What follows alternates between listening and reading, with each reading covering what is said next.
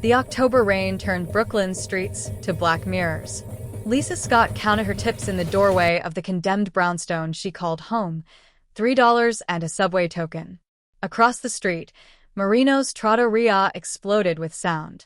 Chairs crashed. Glass shattered. Men poured into the rain, shouting in Italian. Lisa stayed where she was. She'd learned that lesson 2 years ago when she'd tried to help, tried to tell the truth. Her old boss Elliot Barsetti had smiled while he destroyed her career, her credit, her future.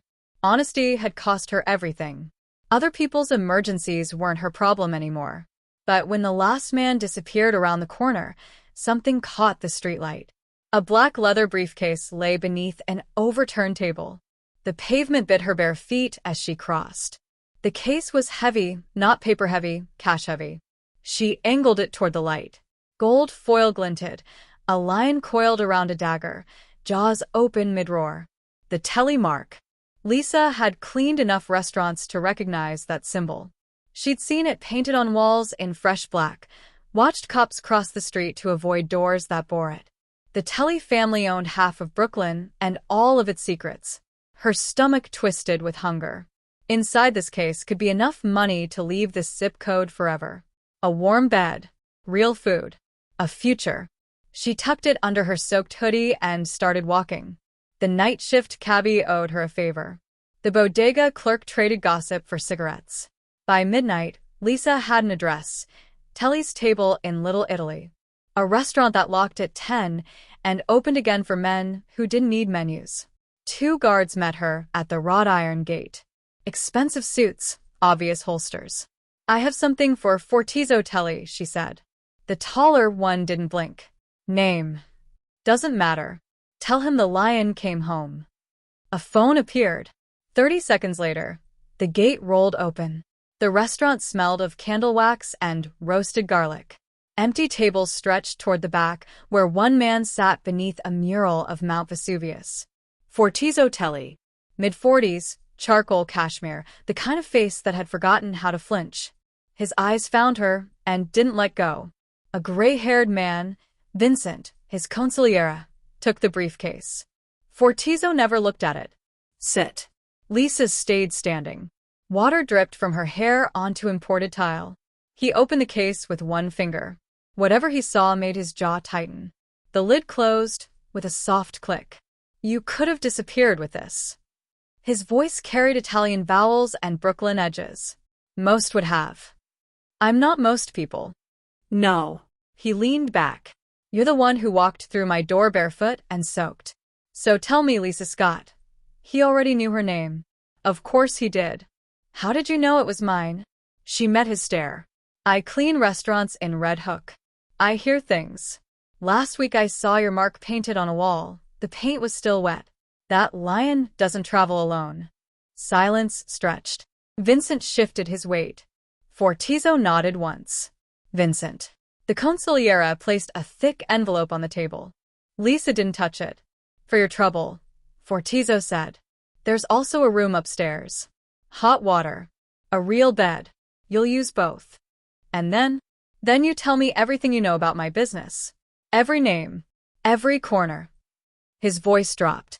"Honesty kept you alive tonight. Keep it up." Lisa's pulse hammered. She took the envelope and followed Vincent to the back stairs. At the threshold, she looked back. Fortizo hadn't moved. Candlelight threw shadows across his face, but his gaze tracked her like a promise she hadn't asked for. Sunlight poured through floor-to-ceiling windows. Lisa woke in sheets that didn't smell like mildew. A navy dress waited on the ottoman, her exact size. Breakfast sat under silver domes. Eggs, prosciutto, blood oranges. The note beside them was handwritten noon. "Don't be late. F.T." She showered until her fingers pruned, half expecting cameras. In the mirror, the dress fit like it had been tailored for her bones. The girl staring back looked like someone else's life. At 11:57, she stepped into a mahogany office overlooking Canal Street. Fortizo stood at the window, the city spread beneath him. "Sleep well?" "Like the dead," she said. "Which I'm not. Yet." He turned. Sleeves rolled, no tie. Background check says you're a ghost. No address, no credit, no family. But you used to balance books for Barsetti Holdings. The name hit like a fist. You work fast. I work thoroughly. He gestured to a leather chair. Sit. Convince me you're not a plant. She sat. Elliot Barsetti cooked his books and pinned the embezzlement on me when I wouldn't help. I reported it. He buried me. I have nothing left to lose, which makes me honest, not stupid. Fortizo studied her like she was a code he couldn't crack. You're either very lucky or very dangerous. Just tired. Something flickered in his expression. Surprise, maybe recognition. He slid a folder across the desk. Telli Realty. Legitimate business. You'll audit receipts, flag problems. The pay is clean, the apartment is yours. Or you can walk out right now. No hard feelings. Lisa opened the folder. Numbers lined up like old friends. This was safety. Safety with a price tag she couldn't see yet. I'll need a calculator. His mouth almost smiled. You'll have whatever you need.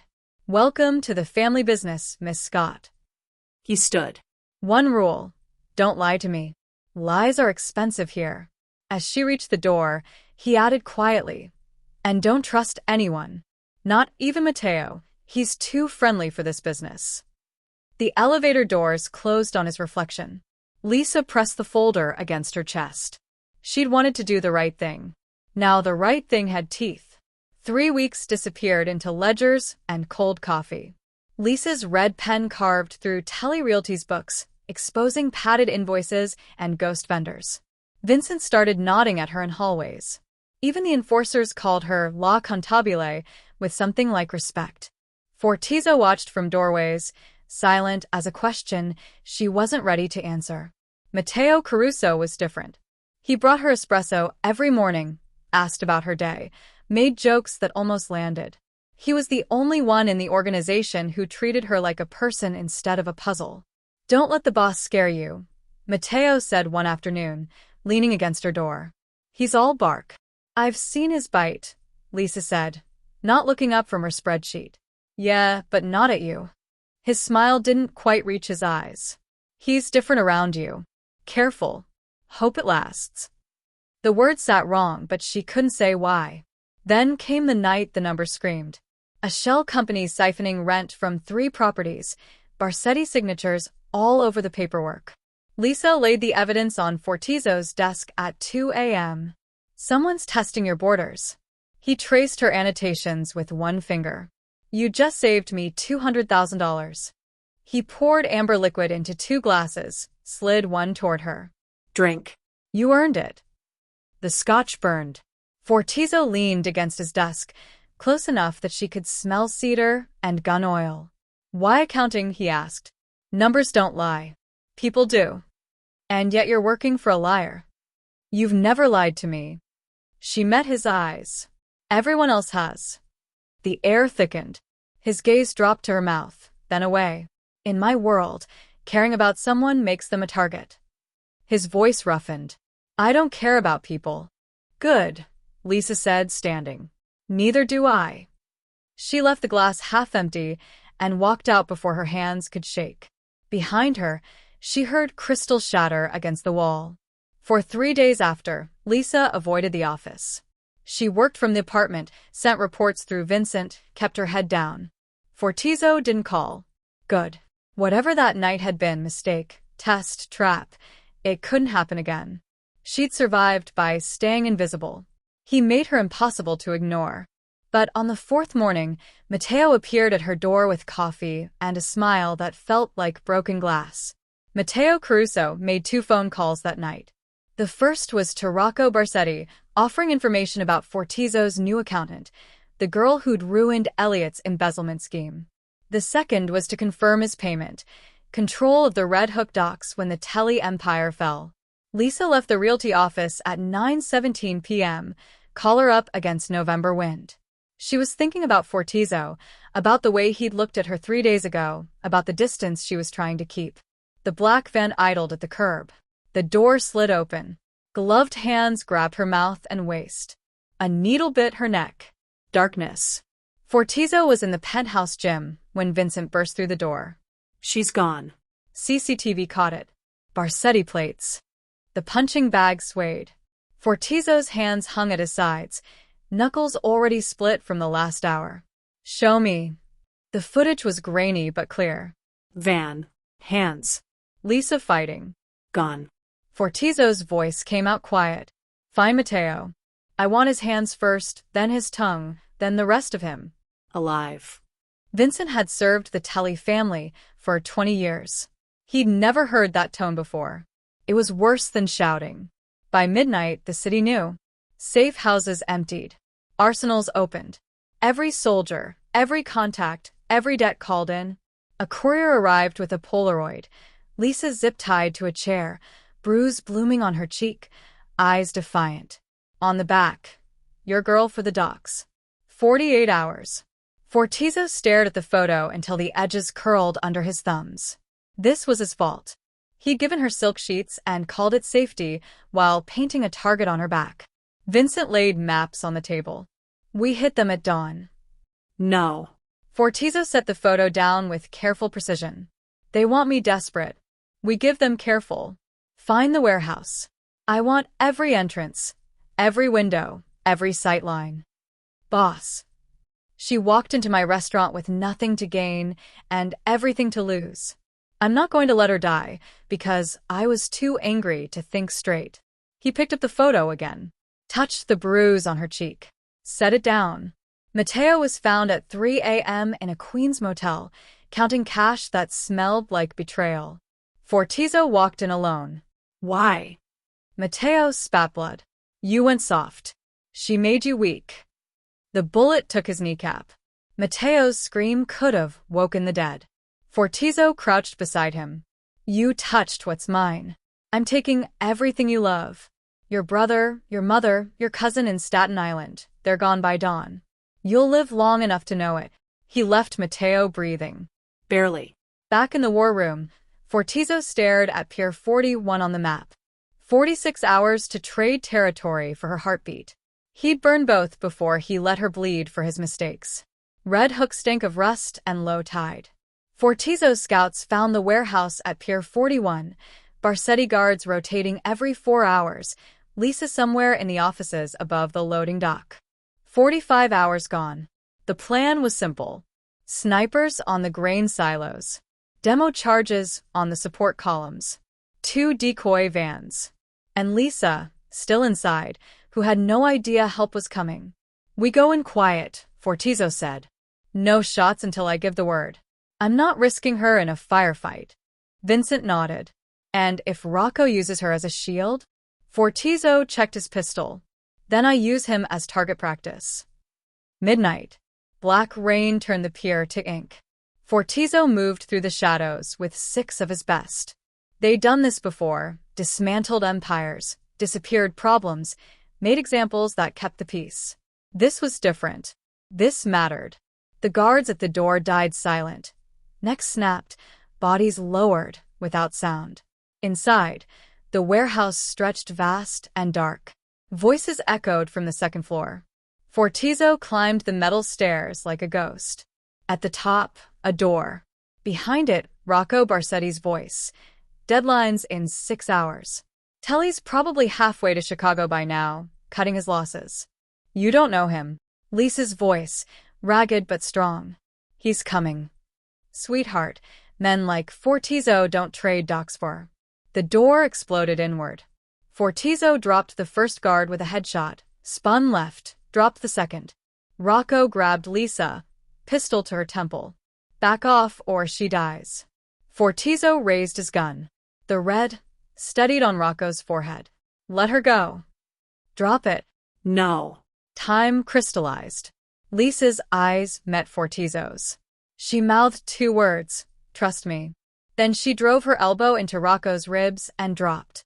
Fortizo fired. The bullet took Rocco in the shoulder. The man screamed, gun clattering away. Lisa scrambled backward as Fortizo's men poured in, weapons trained on the 3 remaining guards. Down. Now. They dropped. Vincent zip-tied them with efficient brutality. Fortizo crossed to Lisa, pulled a knife from his belt, cut her restraints. His hands shook, the first time she'd seen them anything but steady. "You came," she whispered. "Of course I came." His voice cracked. "You think I wouldn't?" She touched his face.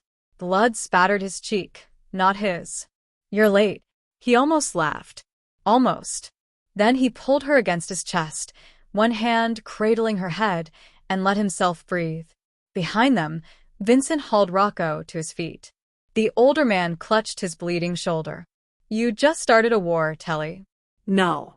Fortizo didn't look at him. "I'm ending one. Take him to the Costas. Tell them he's their problem now. The Barsetti family answers to them, or they answer to me." Rocco's face went white. The Costas didn't forgive debts. Sirens wailed in the distance. Fortizo lifted Lisa into his arms and carried her into the rain. Behind them, the warehouse stood silent, witnesses bound and waiting for the police who'd arrived too late to matter. The war ended in 12 minutes. What came after would take longer to survive. Dawn turned the Hudson silver. The penthouse smelled like antiseptic and coffee. Lisa sat on the bathroom counter while Fortizo cleaned the cut on her temple with careful, gentle hands. It's not deep, he said. "I know. You'll have a bruise. I've had worse." His jaw tightened. He pressed the bandage into place, fingers lingering at her hairline. "This is my fault. Matteo made his choice. I made you visible. I brought you into this." He stepped back, putting distance between them like it could undo the last 48 hours. Vincent's arranging a new identity. Passport, cash, a place in Portland. "You leave tomorrow." Lisa slid off the counter. No. "Lisa." No. She moved into his space. "You don't get to save me by sending me away. Everyone I care about dies or disappears." His voice went raw. "I won't let you be next. Then stop pushing me away." She grabbed his shirt, pulled him close. "I'm not a problem to solve." Fortizo's hands rose, hovered, then settled on her waist like she might shatter. "You walk through my door with a briefcase and no angle. Nobody does that. Nobody's that honest. Maybe I just wanted you to remember you're still human." The words cracked something in him. He kissed her, desperate, searching, tasting like violence and need. Her fingers tangled in his hair, his hands mapped her spine like he was memorizing every vertebra. When they broke apart, foreheads touching, the city hummed below. "Stay," he whispered. "But understand what you're choosing. I already chose on the dock." She pulled back to look at him. "I'm not running. Not from this. Not from you." His thumb traced her jaw, careful around the bruise. "This life doesn't do happy endings. Then we'll take the messy middle." Outside, morning traffic started its symphony. Inside, the lion lowered his head and let himself be touched without flinching. Spring turned the city green and gold. Lisa stood at the office window, watching Little Italy wake up below. Telli Realty's books were pristine now, her signature-sealed deals worth millions. The soldiers called her Signora. Rivals sent gift baskets instead of bullets. Behind her, the door opened. She didn't turn. "Vincent says the Costas want a meeting," Fortizo said. "They're expanding west, want to know if we have interests in Jersey." "Do we?" "Not yet." He crossed to her, slid a velvet box onto the windowsill. "For you." Inside was a gold lion pendant on a delicate chain. Lisa lifted it, watched light catch the tiny emerald eyes. "Insurance?" she asked. A reminder. He fastened it around her neck, fingers warm against her nape. "That you're mine." She turned in his arms. Possessive. Honest. His mouth curved. You taught me that. Below, a car backfired. They both flinched. Old instincts don't die. But Fortizo's hand found hers, steady and sure. "The Barsetti family's gone," she said quietly. "Rocco's dead. Elliot disappeared. Matteo." She didn't finish. "Regrets?" No. She meant it. "But sometimes I wonder what we paid for this." "Everything." He pulled her closer. "And I'd pay it again." That night they walked Little Italy. Street lamps painted gold across wet cobblestones. Children ran past, laughing. An old woman waved from a restaurant window. She remembered when Fortizo was young, remembered his father, remembered worse times. At the corner where the old Telli crest was painted on brick, Fortizo stopped. He kissed Lisa there, slow and deliberate, claiming the street, the moment, the future they'd built from briefcases and bullets. "Think we'll last?" she asked against his mouth. "We've survived worse than peace." A man with nothing to lose is dangerous. But a man with everything to lose is careful. And Fortizo Telli, who'd built an empire on fear, was learning to build something on trust instead. Above them, the lion's gold eyes watched. Below them, the city hummed. And for the first time in either of their lives, tomorrow felt like something worth surviving for. Did love conquer the underworld, or just change its address? Drop your theories below and subscribe for the next story. She stole his empire. He stole her heart. See you there.